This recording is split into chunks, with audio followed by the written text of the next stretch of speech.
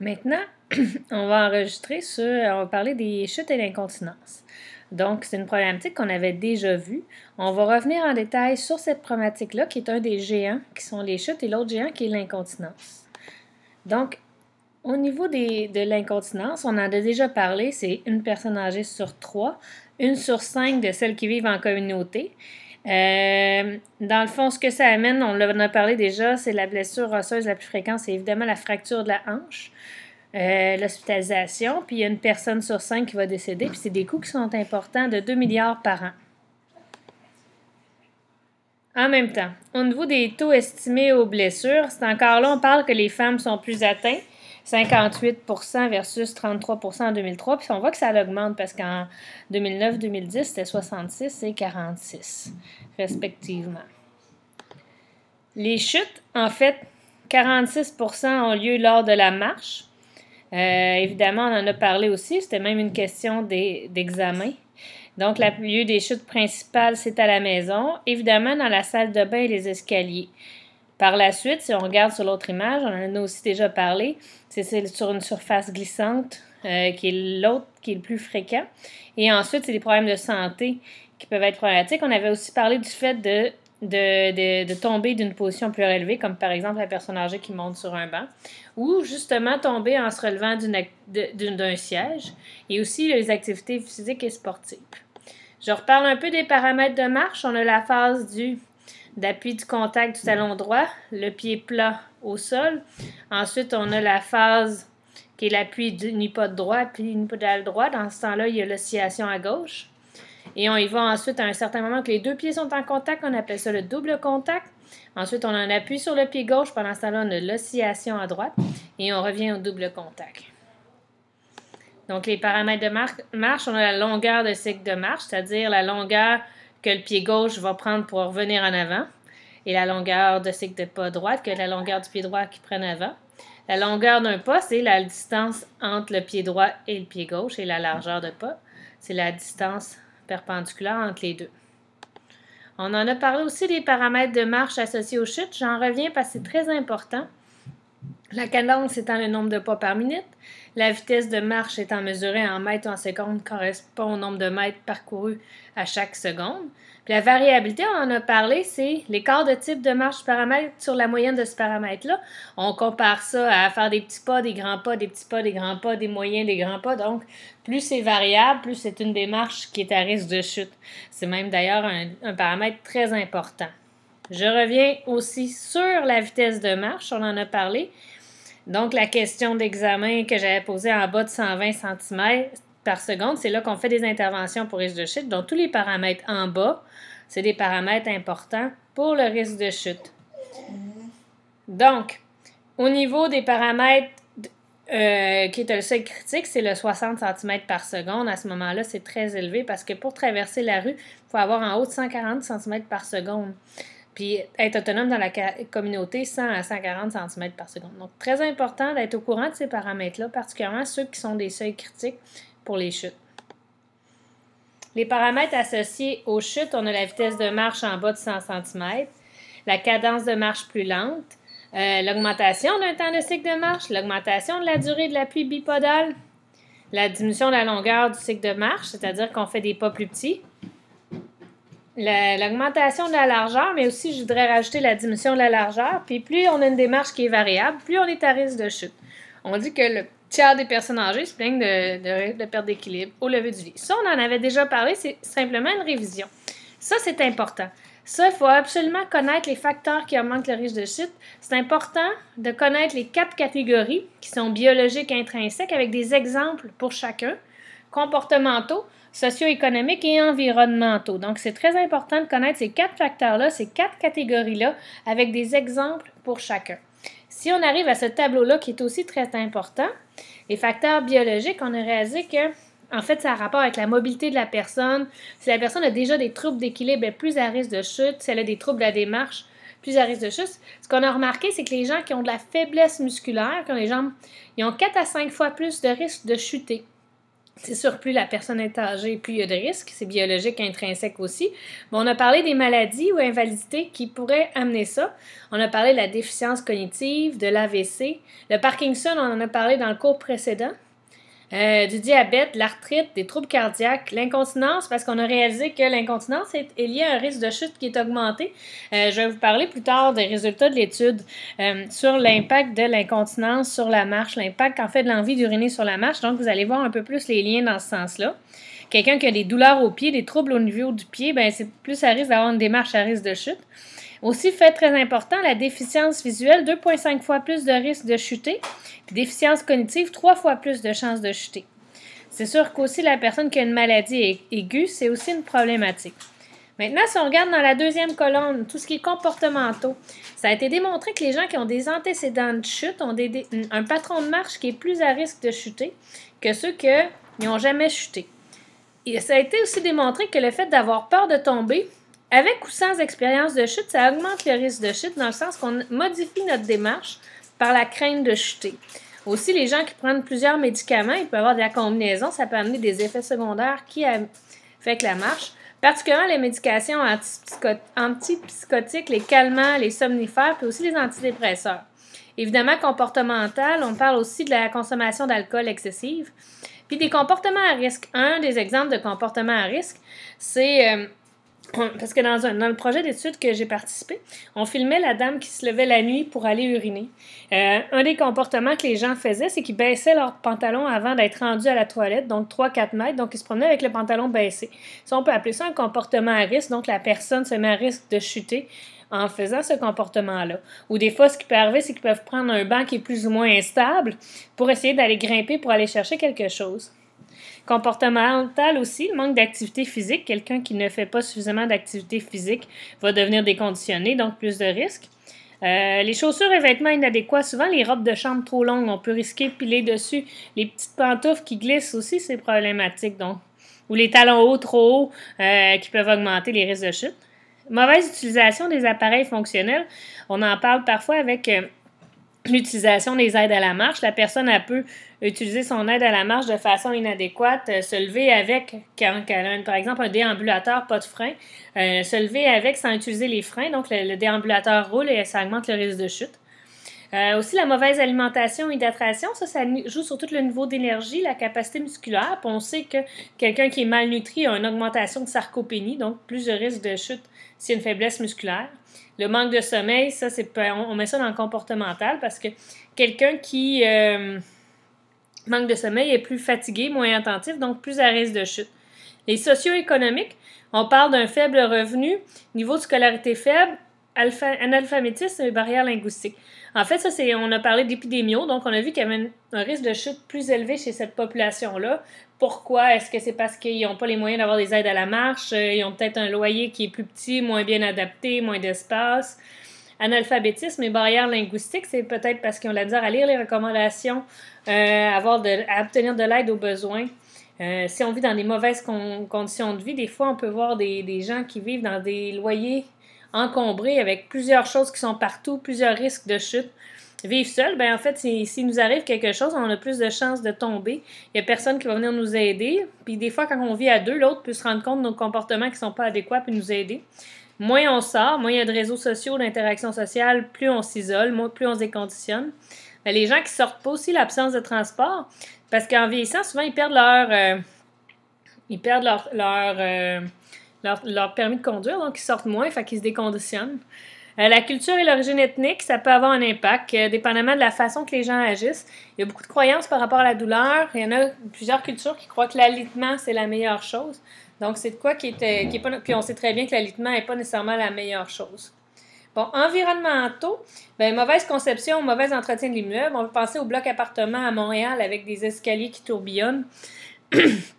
C'est pas tous les codes du bâtiment qui sont respectés. Il peut y avoir des pas de porte trop élevés, des marches trop courtes. Ça peut être problématique. Au niveau des escaliers, plus il y a des escaliers, plus on est à risque. Des dangers à domicile, on va en parler beaucoup dans les soins à domicile. Comme par exemple des tapis partout. On peut voir des absences de main courante, des bateaux de trottoir. C'est en fait les bandes de trottoir qui sont trop hautes, s'il n'y a pas d'air de repos, des barres d'appui, des éclairages qui sont pas suffisants, ça peut être problématique parce que plus c'est sombre, moins éclairé, donc ça a un impact. Surtout, on parle un peu de déficience visuelle en plus. S'il y a un mauvais éclairage, ça nuit. Puis bien sûr, c'est des surfaces glissantes inégales ou des obstacles qu'on peut trébucher, comme des animaux de compagnie. Donc, ces tableaux-là, très importants. Donc, en gros, comment ça se crée une chute? C'est qu'on utilise, parfois, il y a des facteurs qui nous prédisposent, des facteurs intrinsèques. Ça nous amène des comportements à cause de ces facteurs-là. Puis on vit peut-être dans un environnement qui c'est à risque. Donc, ça peut nous amener à une chute puis une fracture. Donc, c'est tous ces comportements-là qui vont amener à la chute.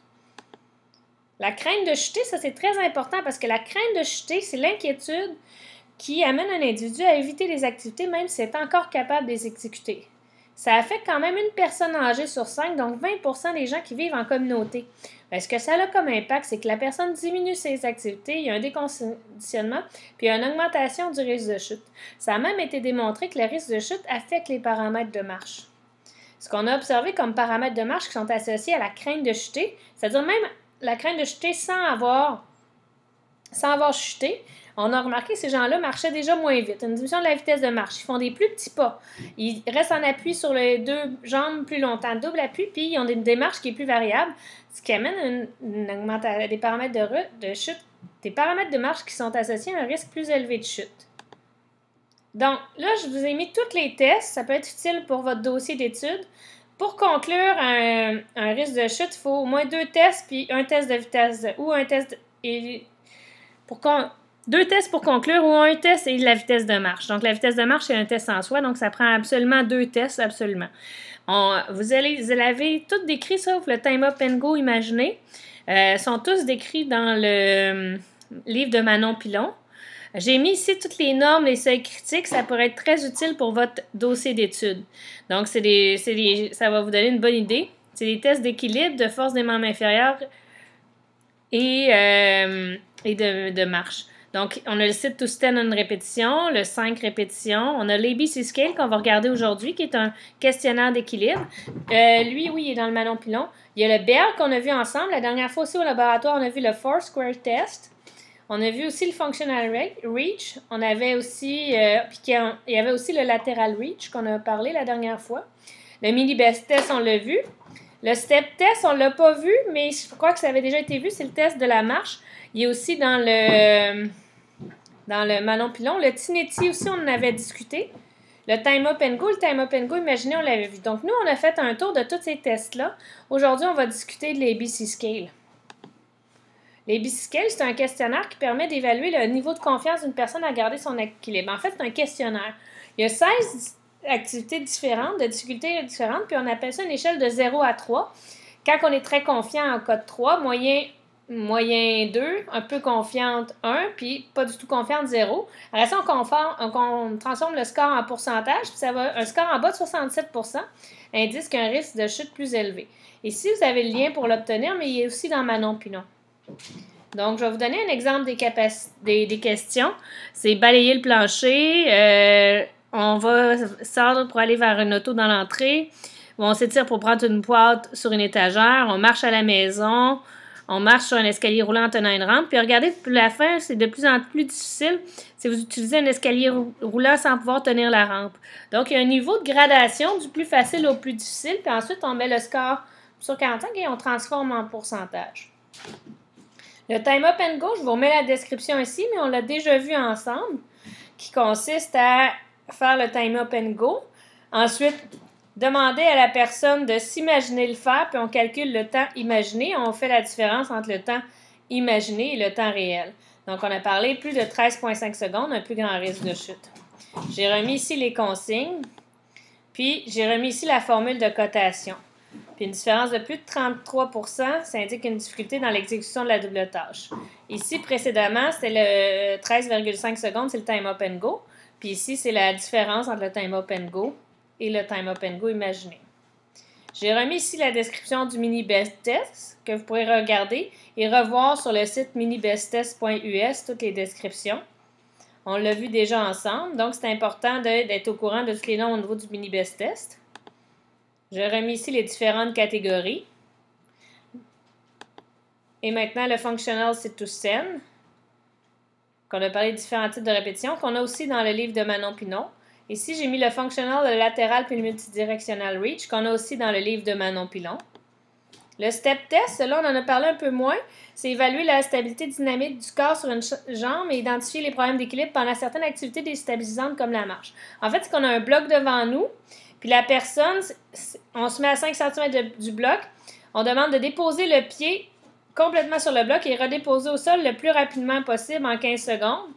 Puis, dans le fond, un aller-retour, c'est une répétition. Puis, on compte le nombre de répétitions en 20 secondes. Ici, c'est le Foursquare Test qu'on a parlé, qui est se déplacer d'un casier à l'autre, 2, 3, 4, et ensuite, on revient de ce côté-ci. Donc, on chronomètre le temps. On a 2 essais, puis on prend le meilleur des 2. Mettre des cannes, mais ça peut être des lignes au sol. Le Tinetti abrégé, lui, c'est on a besoin d'une chaise. C'est qu'on évalue 9 items pour l'équilibre, puis il y a 7 items pour la marche. Celui-là, on l'avait déjà vu, mais on peut utiliser l'accessoire de marche. Puis aussi, il y a le berg qu'on a déjà fait la dernière fois.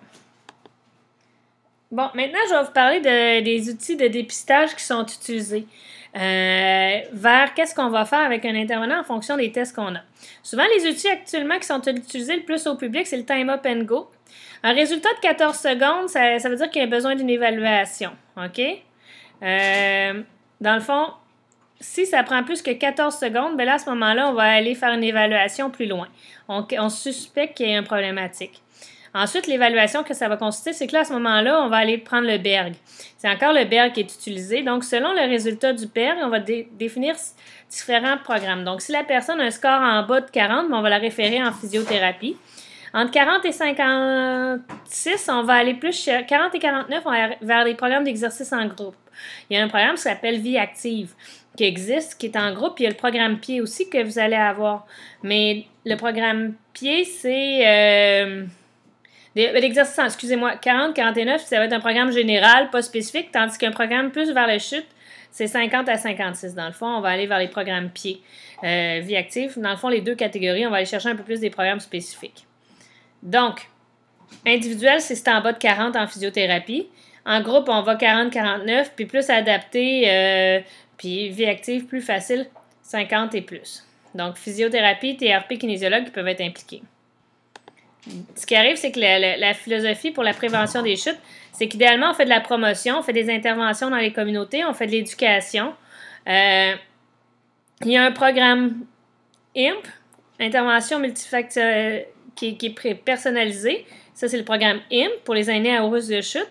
Puis il y a le programme non personnalisé, qui est plus le programme pied.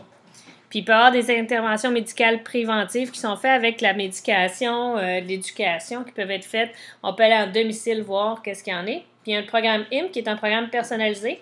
Dernièrement, je pense que les TRP sont encore impliqués, mais dans certaines régions, ils ne le sont plus, mais je vais quand même vous en parler. Puis ensuite, il y a les soins et réadaptations suite à la chute. Parce que là, quand il arrive une chute, à ce moment-là, il faut aller vers la réadaptation. Des fois, il y a une fracture de hanche, etc. Là, on est plus en intervention adaptée en physiothérapie. Donc, ça, c'est de la prévention, le programme IMP. Puis ici, on est plus dans le programme pied, qui est un programme plus général.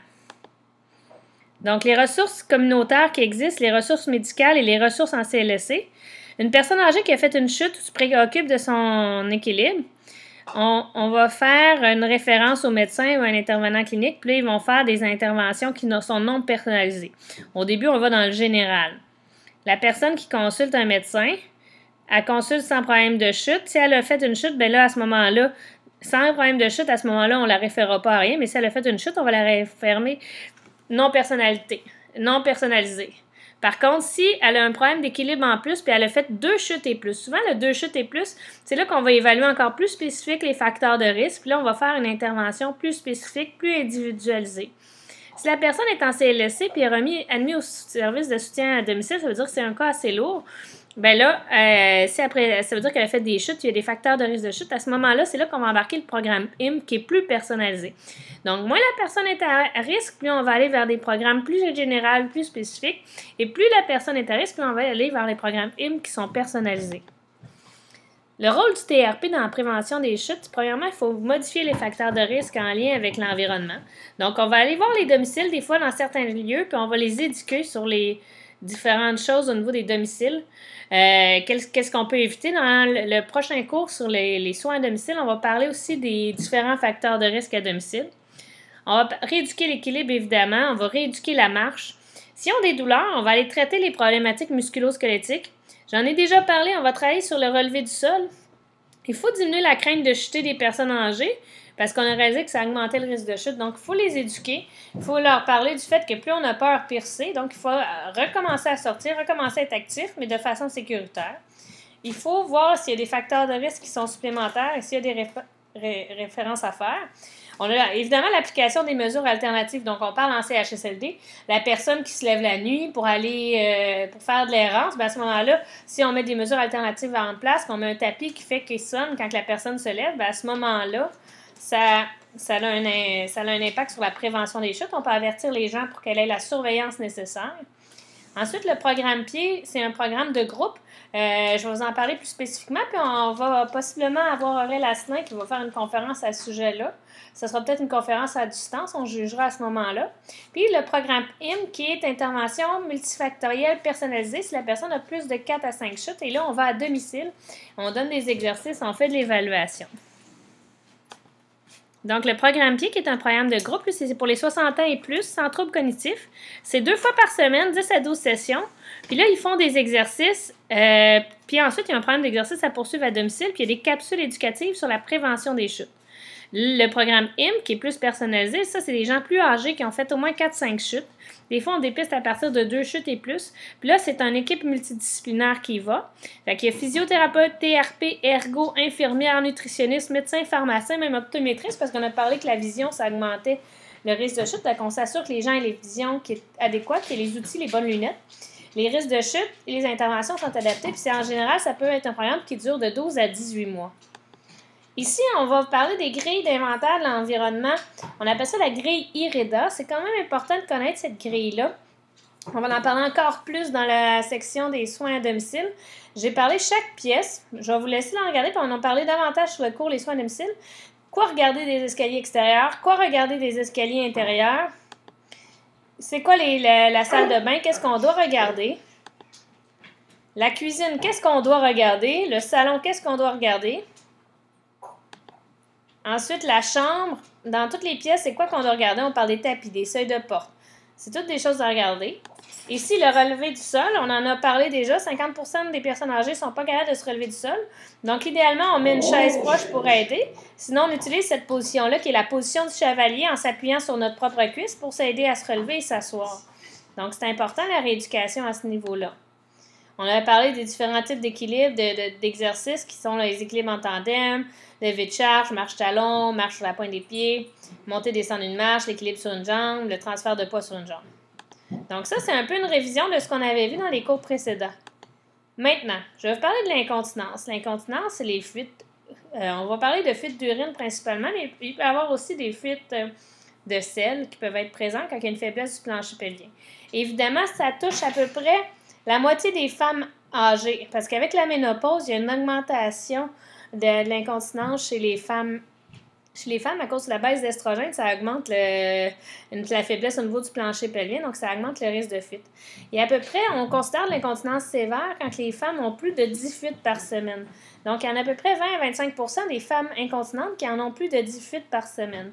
Chez l'homme aussi, on en voit de l'incontinence, mais c'est davantage en lien avec la chirurgie de prostate. Dans le fond, quand les gens leur enlèvent, quand les hommes perdent leur prostate à cause du cancer de la prostate, ce que ça a comme impact, c'est que ça amène une perte du sphincter urinaire interne, donc ça diminue diminue le nombre de gasquettes qui retiennent les urines.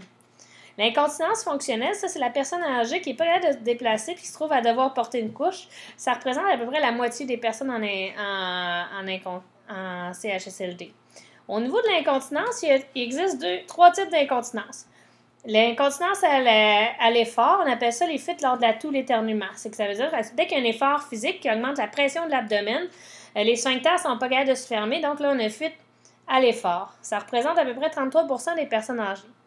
Tandis que les fuites lors de l'envie urgente, c'est que là, on a une envie tellement pressante, difficile à retenir, que là, on se retrouve avec des fuites, les gouttes sortent avant de se rendre à la toilette, donc on appelle ça l'incontinence d'urgence. Donc, on a de l'incontinence d'effort, l'incontinence d'urgence, puis quand les gens ont les deux types, on appelle ça mix. Donc, c'est important de connaître les deux types d'incontinence.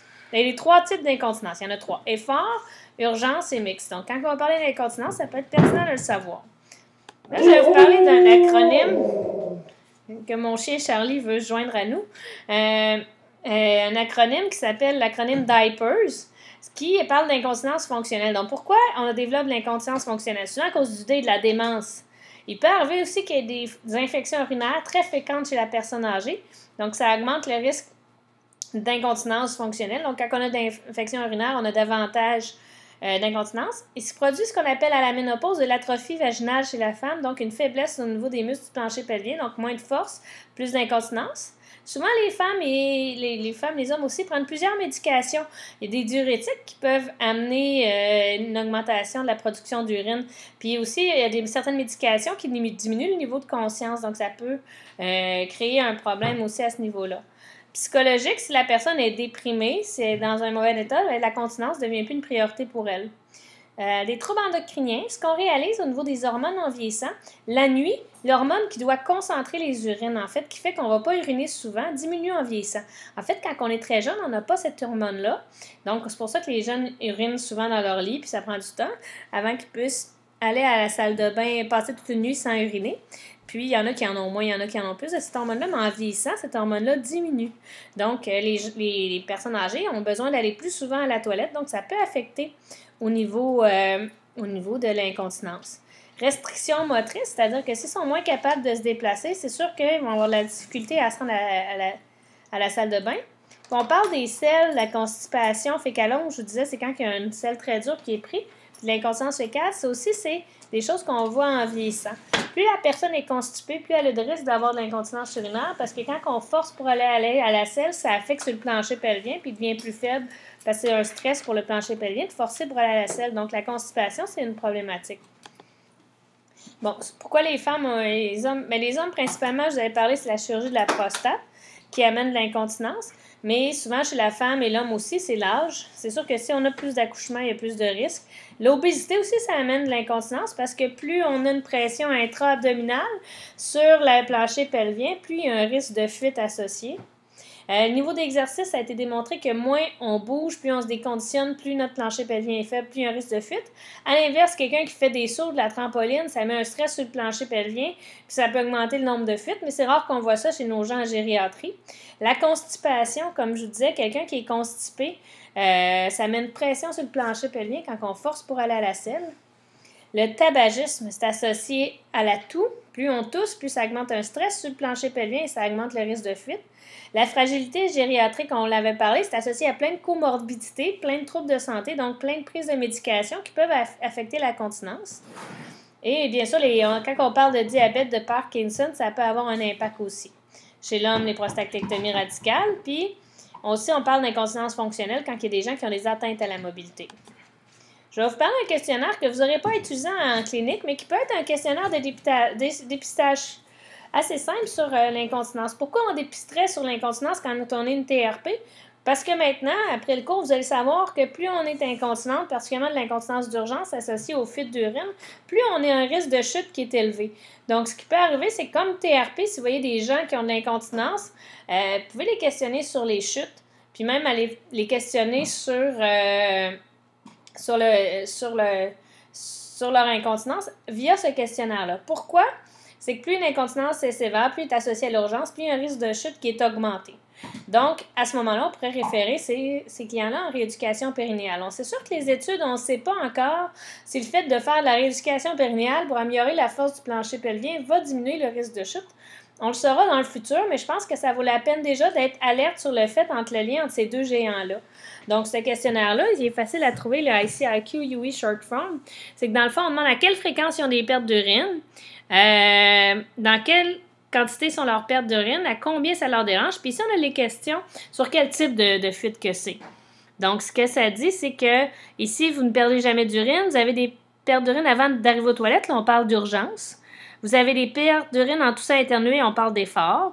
vous avez des pertes d'urine quand vous dormez, bien là, c'est non spécifique, ça, à ce niveau-là. Ça peut être associé à l'urgence parce qu'on n'a pas le temps de se rendre ou à des problématiques plus graves, en fait.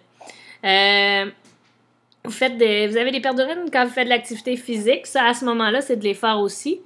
Vous avez des pertes d'urine quand vous avez fini, vous êtes rhabillé. Des fois, ce qui peut arriver, ça peut être lié à une descente de vessie.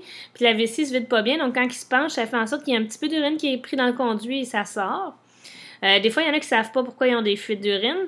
Puis, il y en a qui ont des fuites d'urine tout le temps. Donc là, on pense à un peu plus grave à ce niveau-là. Fait que ça nous donne une idée sur la sévérité en fonction du score, qui est l'addition de ces 3 premières catégories-là. Lui, ça nous dit plus sur le type de fuite d'urine. La constipation, je vais vous en parler parce que suite aux prothèses de hanche, ce qui arrive, c'est qu'ils vont toujours mettre des sièges pour être le plus haut possible, être le moins possible de cette position-là. Donc, ce que ça fait, c'est que ça peut créer en soi une problématique, le fait que les sièges sont de plus en plus hauts, de plus en plus à 90, parce que ce qui arrive, c'est que quand on est les jambes plus hautes, proches du squat, c'est la position la plus naturelle pour aller à la selle, ça enligne mieux le canal où sortent les selles. Donc, ce que ça a comme impact, c'est que si les gens sont toujours obligés d'être comme ça puis éviter le 90, de dépasser 90, ça peut nuire à la constipation. Moi, j'ai déjà vu une cliente qui était venue me voir pour un problème de constipation, mais son mari venait d'avoir une prothèse de hanche puis il y avait un siège surélevé. On a simplement demandé que quand elle allait à la salle de bain, qu'elle enlève le siège surélevé de son mari et ça a réglé tout son problème de constipation. Donc, le positionnement peut être important puis ça, vous pouvez éduquer les gens en ce sens-là. Puis le risque, c'est le fécalome. Puis on a vu un peu plus tôt que le fécalome peut causer des problèmes. C'est sûr que quelqu'un au niveau de l'alimentation qui manque de liquide, ça va augmenter la constipation, manque de fibres aussi. Il y a certaines médications qui peuvent amener ça. Puis le manque d'exercice, on sait toujours que si on va jogger, ça active le transit. Des fois, ça donne le goût d'aller à la selle. Donc, c'est tous des impacts au niveau de la constipation. Donc, on peut recommander aux gens de marcher. On peut recommander aux gens de boire de l'eau. Ce qui est important, c'est qu'il ne faut pas trop pousser pour aller à la selle. On ne veut pas que les gens poussent pour aller à la selle parce que ça peut surétirer. Il faut vraiment attendre l'envie puis d'y aller de façon régulière. Pour revenir un petit peu sur la constipation, la norme au niveau des selles, c'est pas nécessairement à tous les jours. On peut y aller aux 3-4 jours puis on ne considère pas nécessairement de la constipation. Il y a des gens qui ne vont pas à la salle de bain à tous les jours puis c'est correct. Chez l'adulte, ça peut aller même juste une fois aux 7 jours dans la mesure qu'on n'a pas besoin de pousser et que les selles sortent bien. Donc, c'est un peu ça les critères au niveau de la constipation.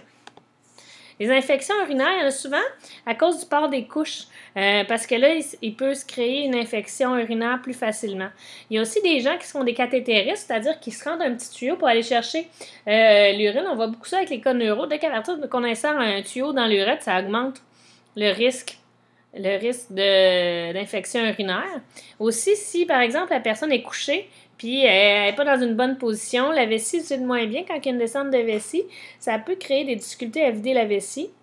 Puis en plus de ça, il peut y avoir aussi un essuyage qui n'est pas optimal, donc les bactéries des selles peuvent se retrouver pris dans l'urine. Chez les 65 ans et plus, on en remarque 10% des hommes et des 20% des femmes à domicile ont des infections, puis en institution, c'est quasiment la moitié des hommes et des femmes. Donc, c'est très, très important de regarder ça. Parce qu'il y en a beaucoup, beaucoup d'infections urinaires, particulièrement en institution. La nicturie, ça, c'est le fait de se lever la nuit pour aller uriner. Je vous disais que c'était problématique à 3 fois. C'est souvent des symptômes quand on a une infection urinaire. On se lève plus souvent. Puis on a des envies qui sont urgentes, plus fréquentes, puis même parfois avec fuite. Des fois, il y a de la douleur. On peut avoir une douleur dans le lombaire bas avec de la fièvre. Ça, c'est aussi une atteinte au rein qu'on appelle une pyélonéphrite. Il peut y avoir même des nausées, des vomissements. Puis s'il y a une confusion, en plus, on peut voir que la personne semble plus douloureuse, plus l'état fonctionnel est altéré et des chutes plus fréquentes. Puis évidemment, le traitement, c'est des antibiotiques. La nicturie, la norme, c'est 1 à 2 fois, même on tolère jusqu'à 3 fois par nuit pour aller aux toilettes la nuit pour aller uriner. Souvent, la cause, c'est l'enflure des jambes. En fait, ce qui arrive, c'est que durant la journée, on accumule l'enflure au niveau des jambes. Ce que ça a comme impact, c'est quand on se couche le soir, ce liquide-là est drainé par le système puis ça donne envie d'uriner. Un exercice circulatoire le soir avant de se coucher peut aider. Donc, de faire la flexion dorsale, flexion plantaire, d'avoir les jambes plus allongées le soir peut faire en sorte que les gens vont se lever moins la nuit. Donc, c'est une recommandation que vous, comme TRP, vous pouvez faire. Je vous parlais aussi de la médication, les diurétiques qui peuvent augmenter la fréquence des urines. Au niveau hormonal et du vieillissement, l'hormone qui concentre les urines la nuit, qui peut faire en sorte que les gens vont besoin d'aller uriner plus souvent, qui est souvent relié au vieillissement. Puis les difficultés de sommeil, c'est sûr que la personne qui a de la misère à se lever, ben, elle dit, ben, je vais aller aux toilettes. Donc, elle y va plus souvent. Puis souvent, se lever la nuit, on est plus à risque de chute parce que des fois, on ne prend pas le temps d'utiliser l'auxiliaire à la marche, on n'a pas les bons outils, on lève avec des pantoufles qui glissent. Donc, c'est important. La nocturie, c'est une problématique. L'incontinence et les chutes, ça, c'est très intéressant. C'est que parmi la population âgée féminine, la prévalence des chutes est augmentée chez les femmes incontinence. Mais c'est principalement chez celles qui ont l'incontinence d'urgence et mixte, plutôt que celles qui ont de l'effort ou celles qui sont continentes. Dans le fond, ce qui arrive, c'est celles qui ont des envies pressantes d'uriner sont plus à risque de chuter que les continentes ou celles qui ont de l'incontinence d'effort. Donc, évidemment, pour cette population, on a réalisé qu'il y avait plus de fractures, principalement chez les femmes qui ont l'incontinence d'urgence. Il y a certaines hypothèses qui ont été mises, qui ont été liées avec l'urgence, l'environnement physique immédiat. On a parlé aussi des facteurs cognitifs, des fonctions exécutives, des altérations physiques et fonctionnelles. On va les regarder de façon séparée. Dans le fond, une des hypothèses, c'est que l'urgence est associée au fait de courir aux toilettes lors de l'envie pressante. Vous allez voir, parmi les résultats de l'étude, c'est que les femmes ne courent pas nécessairement pour aller à la toilette, mais elles se dépêchent en utilisant des patrons de marche qui sont moins adéquats. On a évidemment à se lever la nuit pour aller uriner, parce que là, si on se lève la nuit, on est plus à risque de chute. Puis, si on se lève dans un environnement que l'éclairage n'est pas optimal, qu'il y a des escaliers, par exemple, avoir besoin de descendre la salle de bain qui est plus bas, on se lève, on s'enfarge dans le chien, ça peut être, on se dépêche pour aller à la salle de bain parce qu'on a une envie, ça peut affecter si on a des objets sur notre parcours. Donc, c'est vraiment l'urgence et l'environnement dans lequel on se déplace lors de l'urgence qui peut être problématique. Aussi, ce qu'on a réalisé, c'est que les troubles comportementaux, on a réalisé que les femmes qui ont de l'incontinence ont davantage de crainte de chuter que celles qui n'en ont pas. Fait que même sans antécédent de chute, les femmes incontinentes ont déjà plus peur de chuter. Fait qu'on a vu plutôt que la crainte de chuter en soi peut affecter les paramètres de marche et augmenter le risque de chute. Donc, ce qui arrive, c'est que la crainte de chuter peut être un facteur qui augmente le risque de chute et en plus, on a des antécédents de chute. Évidemment, si on consomme de la médication, de l'alcool, on se retrouve avec une envie pressante. Si on a souvent la médication et certaines médications et l'alcool peuvent augmenter l'envie, donc ça peut affecter. Ensuite, l'anxiété et le stress lors de la marche pour se rendre aux toilettes lors de l'envie pressante. Ça a été démontré que quand on est anxieux pour faire une activité, on la fait moins bien, on est plus stressé, ça affecte notre activité. Donc, la personne elle veut se rendre aux toilettes, puis en plus, elle a de l'anxiété, elle a un niveau de confiance à garder ses urines qui n'est pas très élevé. Donc, ça peut affecter la démarche. Il y a plusieurs auteurs aussi qui ont émis l'hypothèse que le fait de marcher et retenir ses urines en même temps serait une double tâche. Donc, ce que ça fait, c'est qu'on a vu déjà précédemment que le fait de faire une double tâche, c'est en lien avec une augmentation du risque de chute. Donc, on parlait de compter à rebours, mais le fait de retenir ses urines en marchant, ça pourrait être une double tâche. En plus, il y a des tests qui ont été faits chez la personne qui a de l'incontinence urinaire mixte, puis ils ont déjà vu qu'au niveau du cerveau, les femmes qui font des doubles tâches, c'est-à-dire, là, c'était une double tâche, un test cognitif de double tâche avec des blocs, à ce moment-là, ils ont vu que celles qui avaient de l'incontinence urinaire mixte étaient moins bonnes. Donc, on se questionne s'il n'y a pas de quoi au niveau cognitif qui pourrait jouer dans la continence, mais aussi dans le contrôle de l'équilibre. Au niveau physique fonctionnel, ce qu'on a réalisé, c'est que la personne qui a une incontinence, par exemple, puis qui doit se déplacer avec des troubles de vision, elle a une envie pressante, elle ne prend pas nécessairement le temps de mettre ses lunettes, ou elle ne prend pas nécessairement le temps d'utiliser son accessoire à la marche, elle a de la misère à se déplacer, c'est plus difficile pour elle. Puis aussi, ce qu'on a remarqué, c'est que quand on a une envie, nos abdominaux deviennent plus rigides. Fait que ce que ça fait, c'est que ça affecte la démarche. Donc, ça peut être une démarche qui est plus rigide.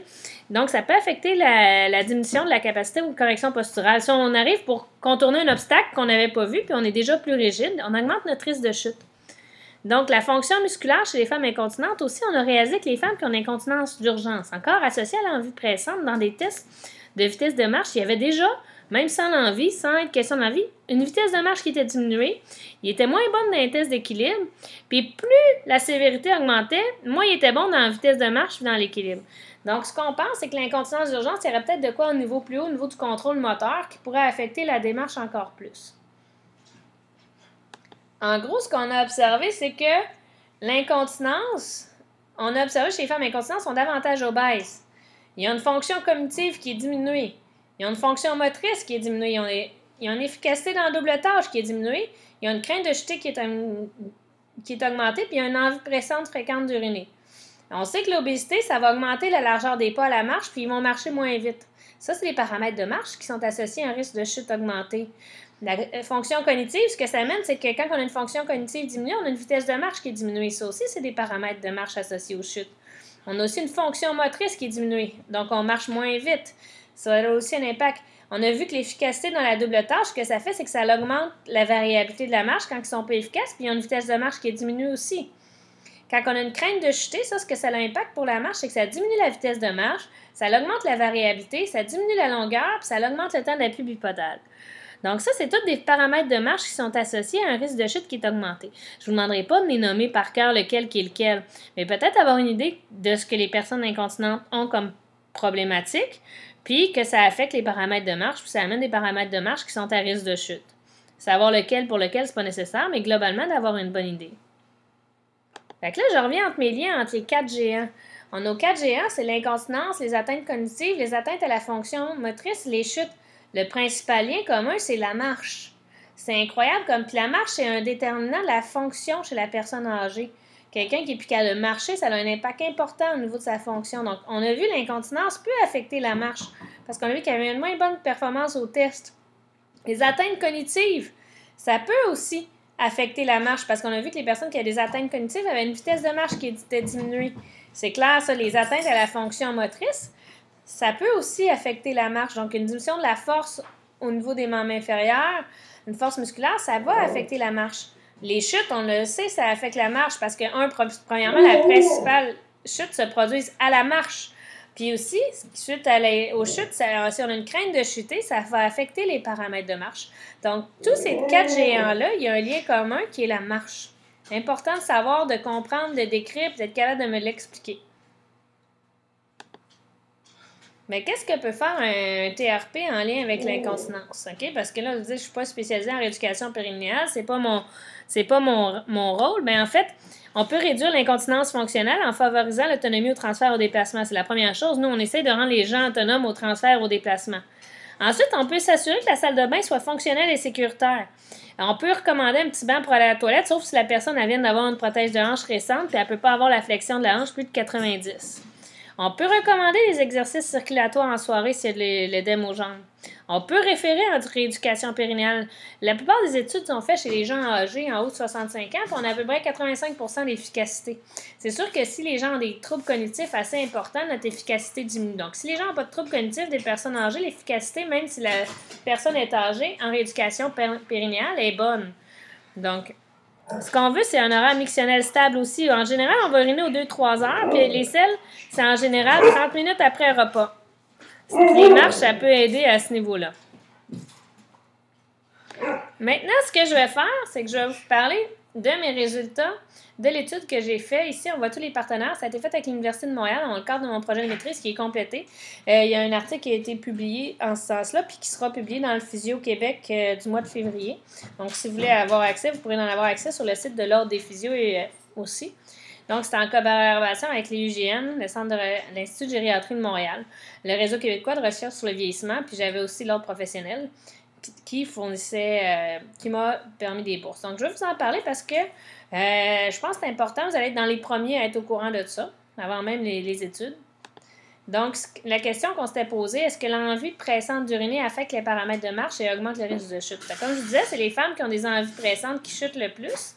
Donc, on s'est posé la question, est-ce que le fait d'avoir une envie pressante va affecter les paramètres de risque, les paramètres de marche et augmenter le risque de chute? Donc, notre premier objectif, ce qu'on a fait, c'est qu'on a pris 2 groupes de femmes. Un groupe de femmes incontinentes et un groupe de femmes continentes. Dans ces 2 groupes-là, je vais vous en parler un peu plus après, c'est des femmes qui avaient déjà chuté. Donc, ce qu'on voulait voir, est-ce que quand on a une envie pressante d'uriner,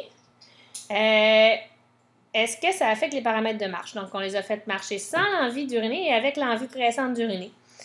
Ensuite, le deuxième objectif, c'est est-ce que chez les femmes incontinentes seulement, plus l'incontinence est sévère, est-ce que ça affecte davantage les paramètres de marche dans les 2 conditions, c'est-à-dire sans l'envie d'uriner, puis avec l'envie pressante d'uriner?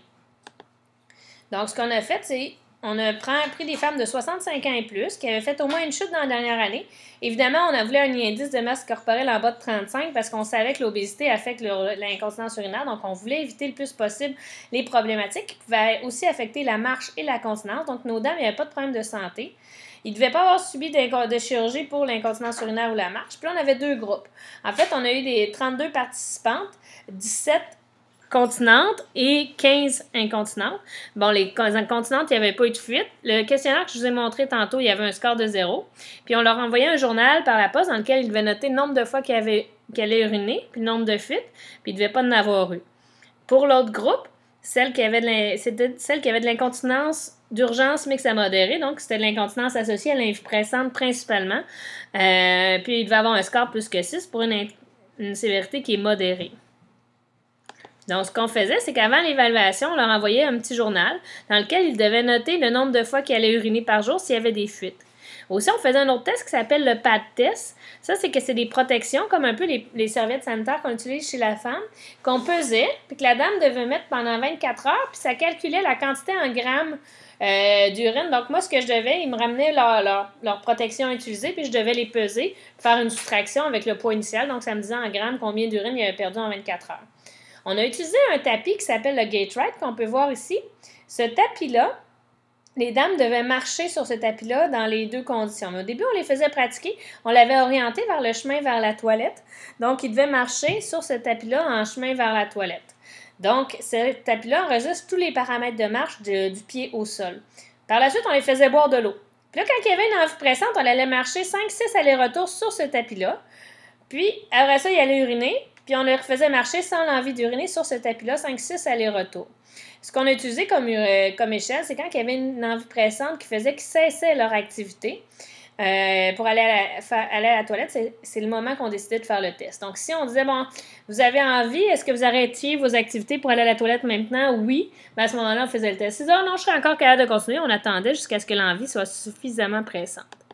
Ce qu'on a fait, c'est qu'on a pris l'âge. On a fait le MOCA, qui est le test que je vous ai parlé plus tôt. On questionnait sur l'historique de chute. Le MOCA, c'était pour valider qu'il n'y avait pas de troubles cognitifs. Les questionnaires qu'on a utilisés, c'est ceux que je vous ai parlé un peu plus tôt. Puis on a regardé avec les paramètres de marche du gait rate, la vitesse, la largeur, la longueur, le temps, puis on a calculé la variabilité pour chacun de ces paramètres de marche-là. Là, je vais vous montrer des tableaux parce que j'ai tenu à vous montrer des tableaux comme ça pour vous donner une idée de comment on lit des tableaux de recherche.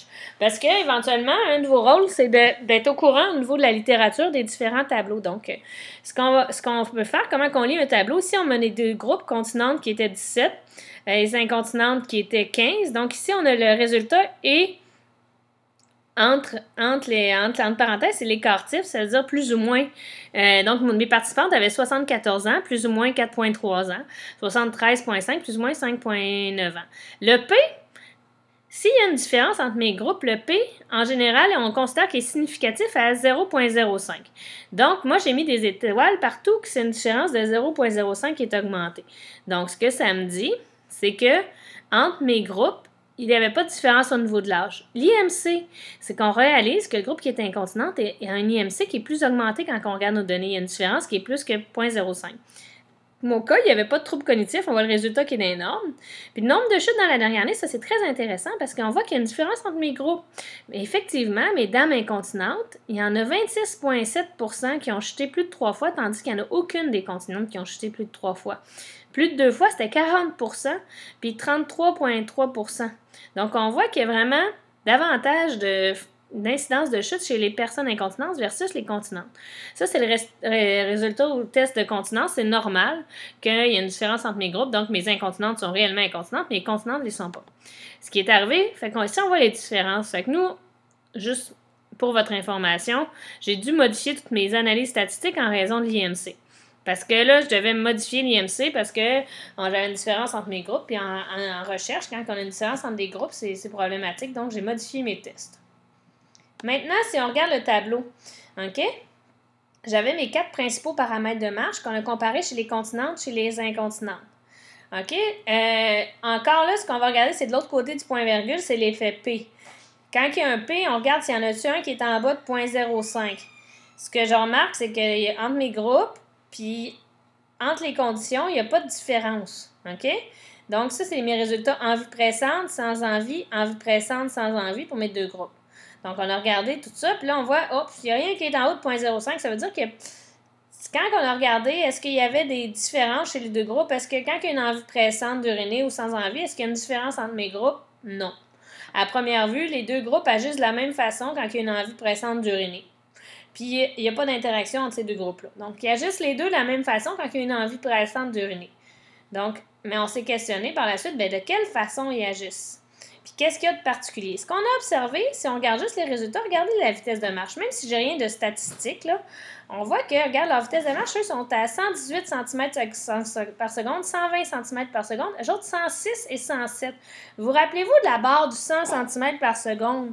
Fait que même sans l'envie d'uriner, regardez mes incontinentes, il y en a 40% qui ont une vitesse en bas de 100 cm par seconde versus 18% des continentes, ça c'est l'envie pressante, et sans envie, 40%, 13%. Donc, ce qu'on réalise, c'est que même si ce n'est pas statistiquement significatif, même sans l'envie pressante d'uriner, il y a plus d'incontinence qui marche à une vitesse en bas de 100 cm par seconde. Donc, c'est-à-dire que ça confirme un peu les études qui avaient été faites que les incontinences les incontinentes ont une vitesse de marche en dessous de la norme du 100 cm par seconde. Si on regarde maintenant plus spécifiquement l'effet de la condition, c'est ce qu'on a rajouté dans ce tableau-là, c'est voir y a-t-il une condition, puis une taille d'effet, ça veut dire qu'il y a un effet important modéré. Donc, c'est comme ça qu'on regarde ça, puis on cherche des 0,05. Regardez ici, quand on regarde l'effet de la condition, on a un 0,05, ça c'est limite. Mais ici, j'ai un 0,02, donc c'est en bas du 0,005 qu'on dit qu'il est significatif. Fait que ça va avec la vitesse et la largeur de cycle de marche. En gros, ce que ça va dire, si on regarde pour la vitesse, qui est limite, qui est à 0,05, mais qui a une taille d'effet qui est large, donc il y a quand même un effet qui est important. Ce qu'on réalise, c'est que en situation d'envie pressante d'uriner, les deux groupes baissent leur vitesse de marche.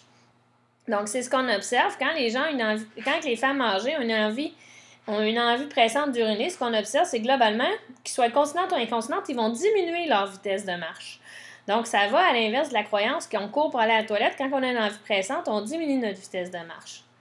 Au niveau de la largeur de pas, ce qu'on a observé, puis ça, c'est vraiment très intéressant, puis c'est logique aussi parce que, regardez, l'effet, la taille d'effet est large, puis là, quand je regarde mes chiffres, si on y va plus spécifique, on réalise qu'en situation d'envie pressante, nos deux groupes diminuent leur largeur de pas. Donc, ce que ça fait une femme quand elle a une envie pressante d'uriner, ça diminue sa vitesse de marche et ça diminue sa largeur de pas. C'est quand même très intéressant que ce soit incontinente ou incontinente.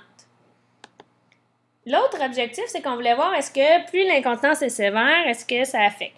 Ce qu'on a remarqué, que même sans l'envie d'uriner, ici, regardez le 0,001, là, ça veut dire que c'est significatif. La valeur P, c'est que plus on a une incontinence qui est sévère, même sans l'envie d'uriner, plus leur vitesse de marche va être diminuée, plus ils vont se tenir sur un appui unipodal, puis plus il va y avoir de la variabilité de cet appui unipodal-là.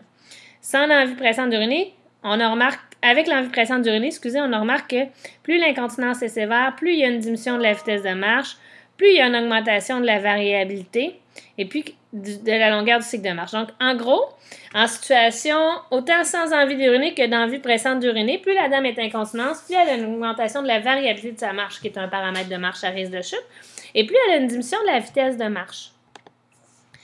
Dans le fait, si on résume un peu l'étude, c'est que ce soit incontinente ou continente, les deux ça ne change rien sur la réaction qu'ils ont quand ils ont une envie pressante d'uriner. Ce qu'on a remarqué, c'est que la vitesse de marche, par contre, est réellement diminuée chez les incontinentes, même sans l'envie pressante d'uriner.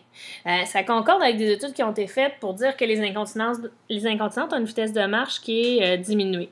Puis on sait qu'une diminution de vitesse de marche, ça a comme impact d'augmenter le risque de chute. Puis on a remarqué qu'en plus, quand ils ont une envie pressante, ils vont encore plus diminuer leur vitesse de marche. Donc, ils ont déjà une vitesse de marche qui est proche du seuil du 100 cm par seconde, puis en plus, ils vont le diminuer. Puis en plus, ils vont diminuer leur largeur de cycle de marche, donc ils vont avoir les pas plus rapprochés. Donc, on sait qu'une diminution de la base de support, ça augmente aussi le risque de chute. Une des hypothèses qui a été utilisée pour expliquer la diminution de la largeur de pas, c'est que ça a été démontré que pour aider le plancher pelvien, on utilise la synergie des adducteurs. Donc, en contractant nos adducteurs, ça fait en sorte qu'on diminue notre largeur de cycle de marche. Donc, ça fait en sorte que notre contraction du plancher pelvien est mieux faite et faite plus facilement. Ensuite, au niveau du deuxième objectif, c'est que là, ce qu'on a remarqué, c'est que dans les deux conditions, avec et sans envie présente d'uriner, ils ont une vitesse de marche plus lente puis une variabilité des paramètres de marche plus lente. Donc, ce que ça confirme, c'est que les femmes âgées qui ont l'incontinence urinaire plus sévère pourraient être plus à risque de chute que celles qui en ont pas ou qui sont continentes. Puis c'est surtout de l'incontinence d'urgence associée à l'envie pressante ou la mixte. C'est important pour vous de connaître ça. Je ne vous demande pas de savoir les résultats de l'étude par cœur. La principale chose que je vous demande de savoir, c'est de savoir que l'incontinence et le risque de chute sont liés, connaître les différents types d'incontinence, bien connaître ce que le TRP peut faire dans le département de l'incontinence, comme je vous ai parlé un peu plus tôt. Cette étude-là, c'est pour vous ouvrir l'esprit, puis aussi vous permettre de comprendre quand vous allez lire des études. Je trouvais que c'était important de vous montrer différents tableaux pour qu'éventuellement, comme professionnel, on doit se mettre à jour. Vous allez avoir à lire des études scientifiques. Puis pour connaître un peu comment lire et comprendre les tableaux. Ici, j'ai mis des références sur différents sites pour vous référer. J'ai aussi mis la référence du livre de Manon Pillon, qui est en fait notre guide. Puis j'ai aussi mis sur le site le document sur les chutes de Santé Canada. Donc, si vous avez des questions, n'hésitez pas. Je vais vous poser les questions par courriel et sur le site de Classroom Google pour les réponses suite à ce PowerPoint-là, savoir que vous aviez bien écouté. Mais n'hésitez pas si vous avez des questions supplémentaires.